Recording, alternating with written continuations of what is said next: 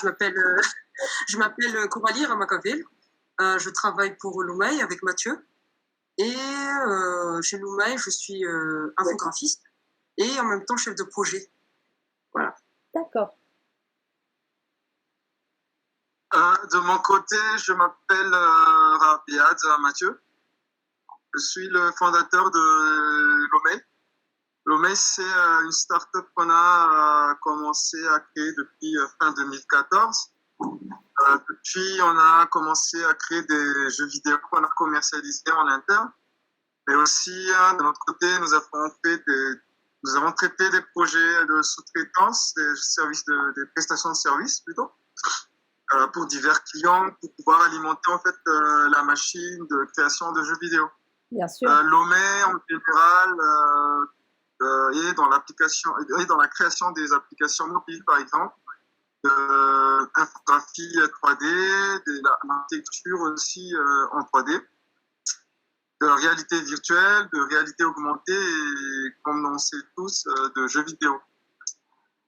Donc, actuellement, le studio est composé d'une quinzaine de personnes, dont Coralier, le chef de projet. Nous avons sorti actuellement 2 grands projets. Notre premier projet, c'était sorti le 8 avril 2017. C'est un jeu de course qui fait la promotion de l'e-tourisme à Madagascar. C'est-à-dire que on a fait la modélisation 3D de la capitale de Madagascar en 3D dans un jeu vidéo pour pouvoir illustrer en fait l'environnement malgache et l'utiliser dans un jeu de course, comme vous l'avez dit tout à l'heure. C'est un jeu en utilisant l'audience et aussi c'est aussi un support de communication. Voilà. Et notre business plan, c'était que le jeu soit gratuit, mais que les grandes entreprises investissent en fait sur des emplacements publicitaires. Et l'objectif restait toujours dans la promotion des sites touristiques de Madagascar. Deuxième jeu vidéo que nous avons sorti au mois de juin 2020, c'était le jeu qui s'appelait Daal. Cette fois-ci, c'est un jeu sur PC. Le jeu Daal, c'est un jeu qui raconte en fait l'histoire des vols de zébus au sud de Madagascar. Les vols de zébus, actuellement, c'est devenu... ça fait des buzz dans nos fils d'actualité à Madagascar. C'est un groupe d'individus qui pillent les villageois et il y a beaucoup de conséquences au niveau de la population. Donc, l'intérêt du projet, c'était de communiquer à travers le monde la situation et trouver aussi des solutions afin d'aider les peuples au sud de Madagascar. Voilà, en quelque sorte, en résumé. Parce que j'ai lu en préparant un petit peu l'interview que il y avait que ça a l'air de faire énormément de dégâts ce phénomène, mais qu'en même temps les personnes, enfin les bandits ou vous prononcez Daal, c'est comme ça qu'on dit, on prononce pas le O à la fin, Oui. que les Daal finalement apparaissent aussi comme des gens comment dire,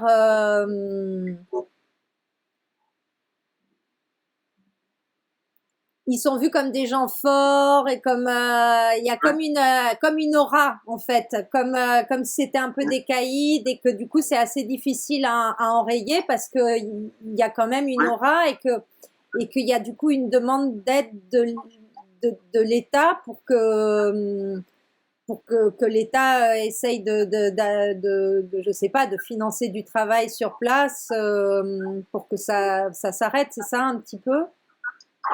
Oui, c'est très compliqué en fait cette situation puisque à l'origine du phénomène de Daal, au départ, c'était une tradition malgache. Une tradition malgache visant une sorte de rite d'un jeune malgache à devenir adulte et en volant de zébus.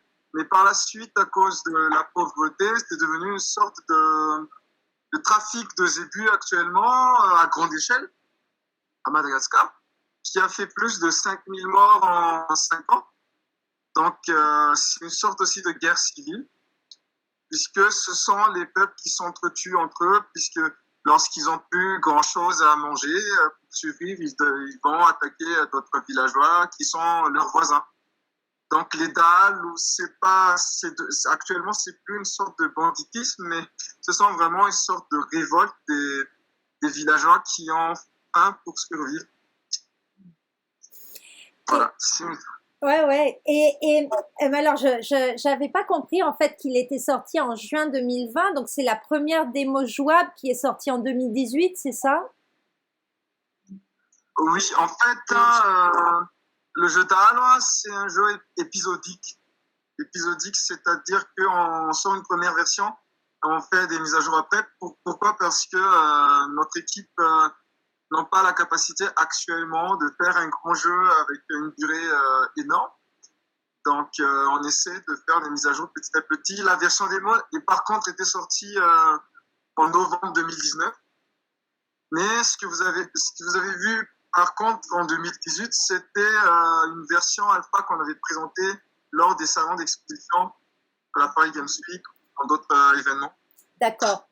D'accord. Et alors, du coup, c'est comme, comment on peut comprendre justement la version alpha par rapport au jeu qui vient de sortir? Parce que j'ai vu dans la version alpha qu'en fait, on voit un personnage qu'on retrouve en fait dans le jeu qui vient de sortir. Est-ce que du coup, il faut le comprendre comme une, je sais pas, l'histoire vient avant, vient après, ou c'est parallèle? Parce que c'est parallèle, puisque la version alpha a montré un autre environnement qui était censé sortir par la suite dans une progression plus poussée dans l'aventure.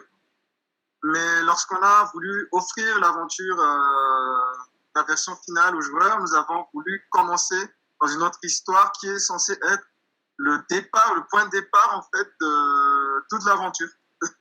Donc voilà. Et vous, quand vous êtes arrivé sur le projet, vous étiez déjà là au tout début de la création de ce projet, ou comment vous avez conçu l'histoire? Est-ce que c'est complètement un travail d'équipe, ou est-ce qu'il y a je sais pas, une personne qui a vraiment écrit l'histoire? Comment ça s'est passé la conception? Je dirais plutôt un travail d'équipe, mais c'était pas facile en fait de reconstituer l'histoire, puisque à Madagascar, lorsqu'on parle de nos traditions, il y a beaucoup de tabous pour l'instant, qu'on ne peut pas parler pour beaucoup de choses, soit à cause de l'insécurité, puisque si jamais on parle trop d'Alois, de leurs secrets et tout ça, peut-être que ils vont venir pour nous tuer dans ce sens-là. Donc, il y a pas mal de choses que nous avons censurées dans le projet. Mais l'objectif principal, c'était que on raconte l'histoire des Daal partout dans le monde. Et que c'est une sorte de prise de conscience, en fait. C'est que, par exemple, ici à Madagascar, il y a des faits qui sont comme ça. De un, et de deux, en fait, les revenus qui seraient générés par le projet, c'est-à-dire, c'est pas le revenu, mais une partie, $1 de chaque jeu qui sera vendu, on va le verser à des populations qui sont victimes de la pratique du Daal au Sud. Donc, c'est dans ce sens-là qu'on a voulu monter. Donc, l'histoire, telle qu'on la connaît, a vraiment beaucoup évolué depuis le départ jusqu'à maintenant. Donc, au départ, c'est une histoire qui est vraiment qu'on a inventée à la base, puisque l'histoire commence par une petite fille qui va chercher son père dans la brousse et qui va être confrontée à des conflits avec des Daal. Et petit à petit, elle va découvrir en fait que voilà l'histoire des Daal et ainsi de suite, que pour l'instant qui n'est pas encore très vulgarisée, puisqu'on a sorti notre première version. Et notre première version s'arrête juste à partir du moment où elle était en premier contact avec les Daal. Voilà. Et alors, j'ai l'impression que Coralie est un peu... Est-ce qu'il n'y a pas un souci de connexion? Non, du tout, ça Ah va. bon, pardon, c'est votre image est, pardon, votre image est, comment on dit, frozen. Ah ben voilà, ça y est, super. Et justement, ce que j'ai trouvé super et qui est finalement assez rare, c'est qu'il y a beaucoup de personnages féminins en fait dans le jeu. Est-ce que vous voulez commenter là-dessus, m'expliquer s'il y avait une volonté particulière ou...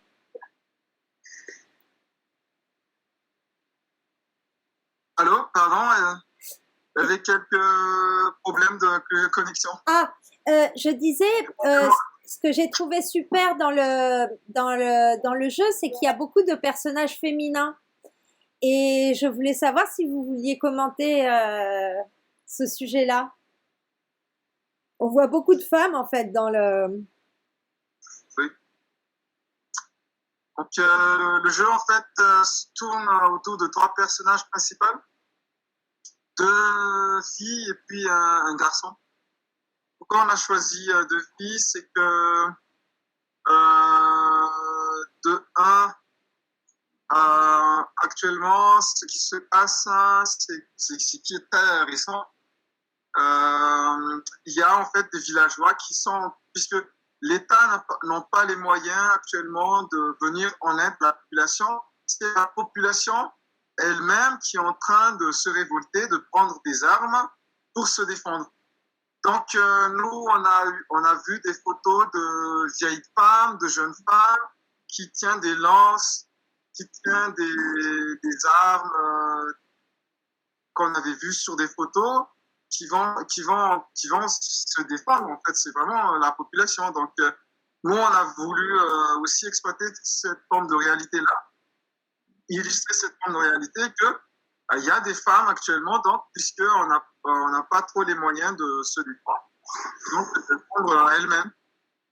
Parce que lorsque les Dalo attaquent, ce sont les femmes, en fait, qui subissent pas mal de persécutions. Pourquoi? Parce que ils tuent les hommes. Les femmes, si elles ne sont pas tuées, elles sont aussi violées. Donc, voilà, quelque sorte. C'était surtout à titre symbolique comment dire ça? En fait, pour les Malgaches, la plupart du temps, on dit que il y a un proverbe qui dit que la femme, en somme, c'est un objet fragile. Et on a voulu renverser cette tendance-là pour montrer que, comme Mathieu a dit, que dans ces contextes dans le Sud, ce sont aussi les femmes qui prennent les armes. Et on a voulu mettre en avant cette image-là plutôt que toujours de montrer cette image faible de la femme. Oui, et qui est aussi celle qu'on retrouve la plupart du temps dans les jeux vidéo. Donc, et voilà. C'est toujours celle qui appelle à l'aide et tout, mais cette fois-ci, c'est dans le sens inverse, c'est elle qui aide les autres. Et ce que j'ai apprécié aussi, c'est la manière dont vous avez traité alors le personnage principal du début de l'histoire. Je trouve qu'elle n'est pas, comment dire, elle n'est pas over-sexualisée ou elle n'est pas... Alors, on va pas parler de personnage normal parce que ça n'a aucun sens de parler de normal, quoi. Mais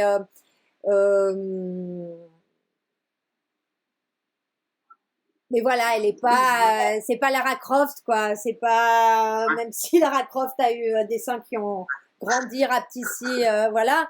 Mais ça, vous avez fait un peu attention à, enfin, c'est quelque chose qui était important pour vous de pas donner une image de la femme, comment dire, sexualisée ou je sais pas comment dire. Oui, dans le sens où on a voulu vraiment intégrer, comment dire ça, montrer vraiment la réalité des choses.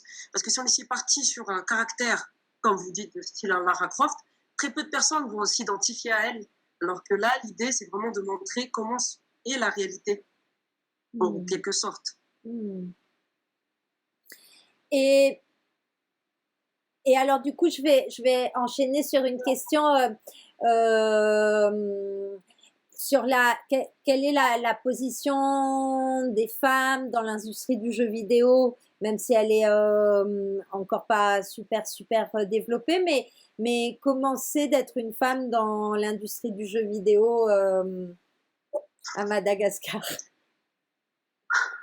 Mais comme on l'avait dit, à Madagascar, il n'y a pas encore vraiment d'industrie, mais il y a déjà des studios qui se construisent petit à petit. C'est ça. Et de ce que je sais, j'ai quand même on va dire, des consoeurs dans le domaine. Et sincèrement, je ne sais pas par rapport à ce que j'ai pu entendre à l'étranger, ici à Madagascar, ça va. On s'intègre plutôt bien, même si on est peu, très peu, parce que les gens se disent déjà dans la tête que c'est un domaine que pour les garçons, et seulement pour les garçons. Mais en fait, c'est totalement faux. Et c'est ce qui est bien, en fait, d'avoir une image, d'avoir un avis, on va dire, entre guillemets, féminin sur les jeux vidéo. Car voilà, justement, ça nous permet d'avoir une certaine idée novatrice par rapport à ce qui se fait sur le marché.